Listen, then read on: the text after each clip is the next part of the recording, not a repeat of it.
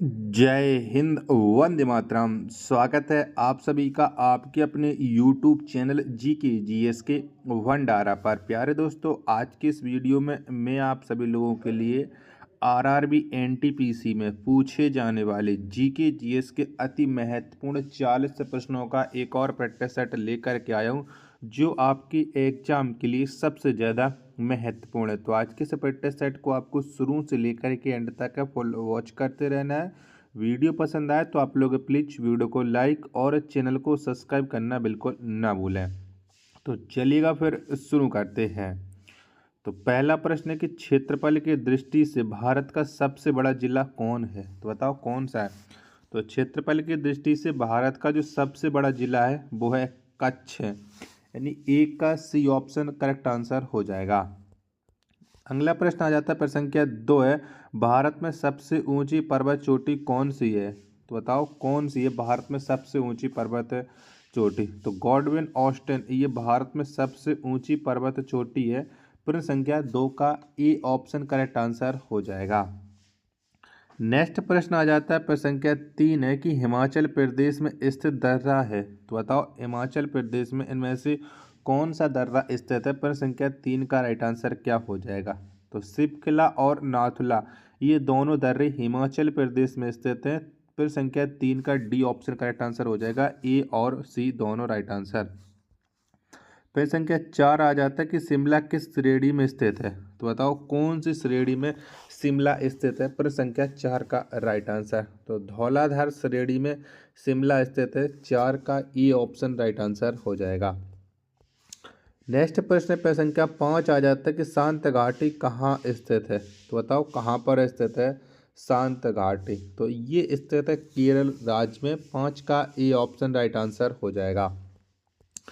छठवें नंबर का प्रश्न आ जाता है कि भारत का सबसे ऊंचा दर्रा कौन है? तो बताओ कौन सा है? तो भारत का जो सबसे ऊंचा दर्रा हो जाता है वो हो जाता है काराकोरम दर्रा, यानी 6 का डी ऑप्शन राइट आंसर हो जाएगा। नेक्स्ट प्रश्न आ जाता है, प्रश्न संख्या 7 है कि हिमालय की सबसे ऊंची श्रेणी कौन है? तो बताओ कौन सी है? तो हिमालय की जो सबसे ऊंची श्रेणी है वो है हिमाद्री, यानी प्रश्न संख्या 7 का डी ऑप्शन राइट आंसर हो जाएगा। नेक्स्ट प्रश्न है, प्रश्न संख्या 8 है कि शिवालिक श्रेणी किस काल से संबंधित है? तो बताओ कौन से काल से संबंध रखती है ये शिवालिक श्रेणी? प्रश्न संख्या 8 का राइट आंसर क्या हो जाएगा? तो सेनोजोइक श्रेणी से संबंध है इसका, यानी 8 का बी ऑप्शन करेक्ट आंसर हो जाएगा। वीडियो पसंद आ रही होगी तो प्लीज़ आप लोग वीडियो को लाइक और चैनल को सब्सक्राइब करना बिल्कुल न भूलें। 9वें नंबर का प्रश्न कि सर्वाधिक वन वाला भारतीय राज्य है? तो बताओ कौन सा है? तो सर्वाधिक वन वाला जो भारतीय राज्य है वो है मध्य प्रदेश। 9 का सी ऑप्शन करेक्ट आंसर हो जाएगा। प्रश्न संख्या 10 आ जाते हैं कि सबसे न्यूनतम वन वाला राज्य कौन है? तो बताओ कौन सा है? तो सबसे न्यूनतम वन वाला जो राज्य है वो हो जाता है हरियाणा, यानी 10 का बी ऑप्शन करेक्ट आंसर हो जाएगा। 11वें नंबर का प्रश्न है कि भारत की दूसरी सबसे ऊंची चोटी है? तो बताओ कौन सी है? तो भारत की दूसरी जो सबसे ऊंची चोटी है वो हो जाती है कंचनजंगा, यानी 11 का बी ऑप्शन करेक्ट आंसर हो जाएगा। 12वें नंबर का प्रश्न आ जाता है, गिरनार की पहाड़ियाँ कहाँ स्थित हैं? तो बताओ कौन से राज्य में गिरनार की पहाड़ियाँ स्थित हैं? 12वें प्रश्न का राइट आंसर क्या हो जाएगा? तो ये स्थित है गुजरात में गिरनार की पहाड़ियाँ। 12 का बी ऑप्शन राइट आंसर हो जाएगा। प्रश्न संख्या 13 आ जाता है कि रोहतांग दर्रा भारत के किस राज्य में स्थित है? बताओ कौन से राज्य में ये रोहतांग दर्रा स्थित है? तो ये स्थित है हिमाचल प्रदेश में रोहतांग दर्रा। 13 का ई ऑप्शन करेक्ट आंसर हो जाएगा। अगला प्रश्न आ जाता है, प्रश्न संख्या 14 के क्षेत्रफल के दृष्टिकोण से भारत का सबसे बड़ा राज्य कौन है? तो बताओ क्षेत्रफल की दृष्टि से कौन सा है? तो ये है राजस्थान है क्षेत्रफल की दृष्टि से भारत का सबसे बड़ा राज्य। 14 का बी ऑप्शन करेक्ट आंसर हो जाएगा। 15वें नंबर का प्रश्न आ जाता है कि क्षेत्रफल के दृष्टिकोण से भारत का सबसे छोटा राज्य कौन है? तो बताओ कौन सा है? तो क्षेत्रफल के दृष्टिकोण से भारत का जो सबसे छोटा राज्य है वो है गोवा। 15 का सी ऑप्शन करेक्ट आंसर हो जाएगा। नेक्स्ट प्रश्न आ जाता है, प्रश्न संख्या 16 की मालवा का पठार भारत के किस राज्य तक जब तक मैं आपको और दिखा देता हूँ, जिस तक आप लोग वीडियो को लाइक है जरूर कर दीजिएगा। तो फैला है, तो बताओ कौन से राज्य तक है मालवा का पठार फैला। प्रश्न संख्या 16 का आंसर आपको देना है कि 16 का राइट आंसर क्या हो जाएगा। तो मालवा का पठार मध्य प्रदेश, राजस्थान, गुजरात इन सभी में फैला है, यानी 16 का डी ऑप्शन करेक्ट आंसर हो जाएगा। वीडियो पसंद आ रही होगी तो प्लीज़ वीडियो को ज़्यादा से ज़्यादा अपने दोस्तों के पास शेयर जरूर कर दीजिएगा और चैनल का सपोर्ट करना आप लोग बिल्कुल ना भूलें। 17वें नंबर का प्रश्न है, कोडाई कनाल किस पर्वत श्रृंखला पर स्थित है। तो बताओ कौन सी पर्वत श्रृंखला पर स्थित है कोडाई कनाल। 17वें प्रश्न का राइट आंसर क्या हो जाएगा। तो ये स्थित है पालनी में। 17 का ए ऑप्शन राइट आंसर हो जाएगा। 18वें नंबर का प्रश्न है कि सेवराय पहाड़ियाँ कहाँ अवस्थित हैं। तो बताओ कौन से राज्य में सेवराय की पहाड़ियाँ हैं। प्रश्न संख्या 18 का राइट आंसर क्या हो जाएगा। तो सेवराय की पहाड़ियाँ हैं तमिलनाडु में। 18 का डी ऑप्शन राइट आंसर हो जाएगा। 19वें नंबर का प्रश्न है कि पश्चिमी घाट क्या है। तो बताओ क्या है। तो पश्चिमी घाट यह एक वृंश कगार है, यानी 19 का सी ऑप्शन राइट आंसर हो जाएगा। नेक्स्ट प्रश्न आ जाता है प्रश्न संख्या 20 है कि भारत का उत्तर से दक्षिण की लंबाई कितनी है। तो बताओ कितनी है। 20वें प्रश्न का राइट आंसर क्या हो जाएगा। तो भारत का उत्तर से दक्षिण की जो लंबाई है वो 3214 किलोमीटर है, यानी 20 का ई ऑप्शन राइट आंसर हो जाएगा। प्रश्न संख्या 21 आ जाता है कि भारत का पूर्व से पश्चिम की लंबाई कितनी है। तो बताओ कितनी है। तो भारत की पूर्व से पश्चिम की जो लंबाई है वो हो जाती है 2933 किलोमीटर, यानी 21वें प्रश्न का बी ऑप्शन राइट आंसर हो जाएगा। नेक्स्ट प्रश्न है प्रश्न संख्या 22 आ जाता है आपके सामने कि भारत का स्थलीय सीमा कितनी है। तो बताओ कितनी है भारत की स्थलीय सीमा। प्रश्न संख्या 22 का राइट आंसर क्या हो जाएगा। तो 15,200 किलोमीटर है भारत की स्थलीय सीमा। 22वें प्रश्न का बी ऑप्शन राइट आंसर हो जाएगा। अगला प्रश्न आ जाता है प्रश्न संख्या 23 के पूर्व घाट एवं पश्चिमी घाट पर्वत श्रेणियों का मिलन स्थल है। तो बताओ कहाँ पर पूर्वी घाट एवं पश्चिमी घाट की पर्वत श्रेणियां आपस में मिलती हैं। प्रश्न संख्या 23 का राइट आंसर क्या हो जाएगा। तो ये आपस में मिलती हैं नीलगिरी पहाड़ी पर। 23 का बी ऑप्शन राइट आंसर हो जाएगा। वीडियो अगर आपको पसंद आ रही होगी तो प्लीज़ वीडियो को लाइक और चैनल को सब्सक्राइब करना आप लोग बिल्कुल ना भूलें। 24वें नंबर का प्रश्न है कि यू आकार की घाटी का निर्माण किसके द्वारा होता है। तो बताओ किसके द्वारा होता है। तो यू आकार की घाटी का जो निर्माण है वो हिमछादन के द्वारा होता है, यानी प्रश्न संख्या 24 का सी ऑप्शन करेक्ट आंसर हो जाएगा।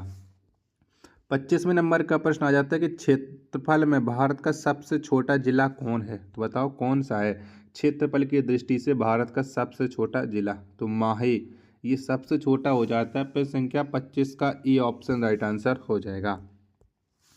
26वें नंबर का प्रश्न है कि धूपगढ़ चोटी स्थित है। तो बताओ कहाँ पर स्थित है धूपगढ़ चोटी। 26वें प्रश्न का राइट आंसर क्या हो जाएगा। तो सतपुड़ा रेंज में स्थित है धूपगढ़ चोटी।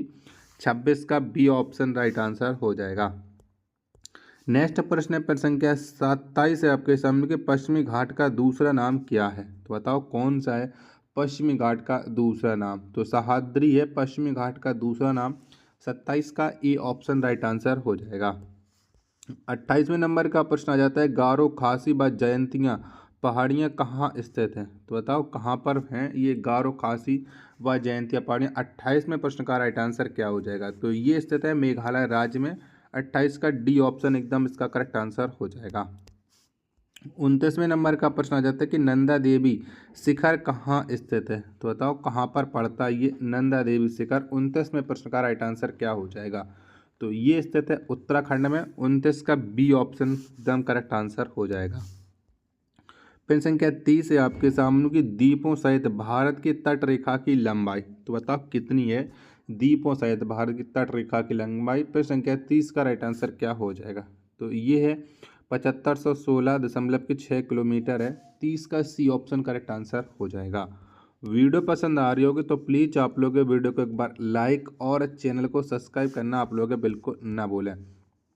नेक्स्ट प्रश्न है प्रश्न संख्या 31 की क्षेत्रफल में सबसे बड़ा केंद्र शासित राज्य है। तो बताओ कौन सा है क्षेत्रफल की दृष्टि से सबसे बड़ा केंद्र शासित राज्य। 31वें प्रश्न का राइट आंसर क्या हो जाएगा। तो ये है जम्मू कश्मीर।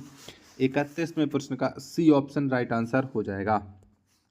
नेक्स्ट प्रश्न है प्रश्न संख्या 32 है कि भारत का रूर कहलाता है। तो बताओ कौन सा पठार कहलाता है भारत का रूर। 32वें प्रश्न का आंसर आपको देना है। तो ये कहलाता है छोटा नागपुर का पठार। 32 का बी ऑप्शन एकदम इसका राइट आंसर हो जाएगा। नेक्स्ट प्रश्न प्रश्न संख्या 33 आ जाता है कि छोटा नागपुर पठार की सबसे ऊंची चोटी है। तो बताओ कौन सी है सबसे ऊंची चोटी छोटा नागपुर पठार की। तो ये हो जाती है पारसनाथ। कौन सी? पारसनाथ। 33वें प्रश्न का ए ऑप्शन एकदम इसका राइट आंसर हो जाएगा। 34वें नंबर का प्रश्न आ जाता है कि महान हिमालय की औसत ऊंचाई कितनी है। तो बताओ कितनी है। तो महान हिमालय की जो औसत ऊंचाई है ये है 6100 मीटर, यानी 34 का बी ऑप्शन एकदम करेक्ट आंसर हो जाएगा। 35वें नंबर का प्रश्न आ जाता है कि हिमालय पर्वत का निर्माण किस सागर के निक्षेप से हुआ। तो बताओ कौन से सागर के निक्षेप से हुआ था हिमालय पर्वत का निर्माण। 35वें प्रश्न का राइट आंसर क्या हो जाएगा। तो ये हुआ था तेथिस सागर से, यानी 35 का सी ऑप्शन राइट आंसर हो जाएगा। 36वें नंबर का प्रश्न आ जाता है कि भारत का सबसे प्राचीन पर्वत कौन है। तो बताओ कौन सा है।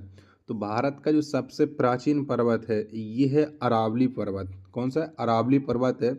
36 का डी ऑप्शन करेक्ट आंसर हो जाएगा।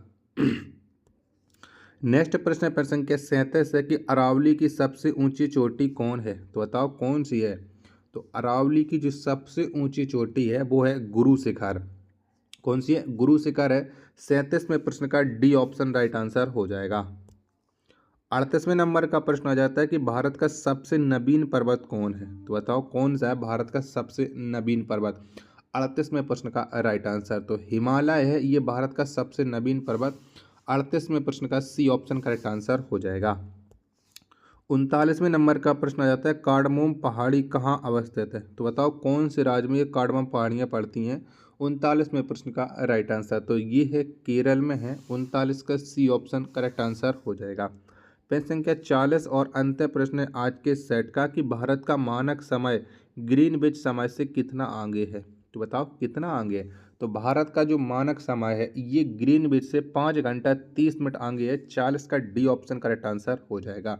आशा करता हूँ कि आपको ये वीडियो जरूर पसंद आई होगी। तो प्लीज़ आप लोग इस वीडियो को लाइक और चैनल को सब्सक्राइब करना आप लोग बिल्कुल ना भूलें। मिलते पर अपने एक और नेक्स्ट वीडियो के साथ, तब तक के लिए धन्यवाद। जय हिंद।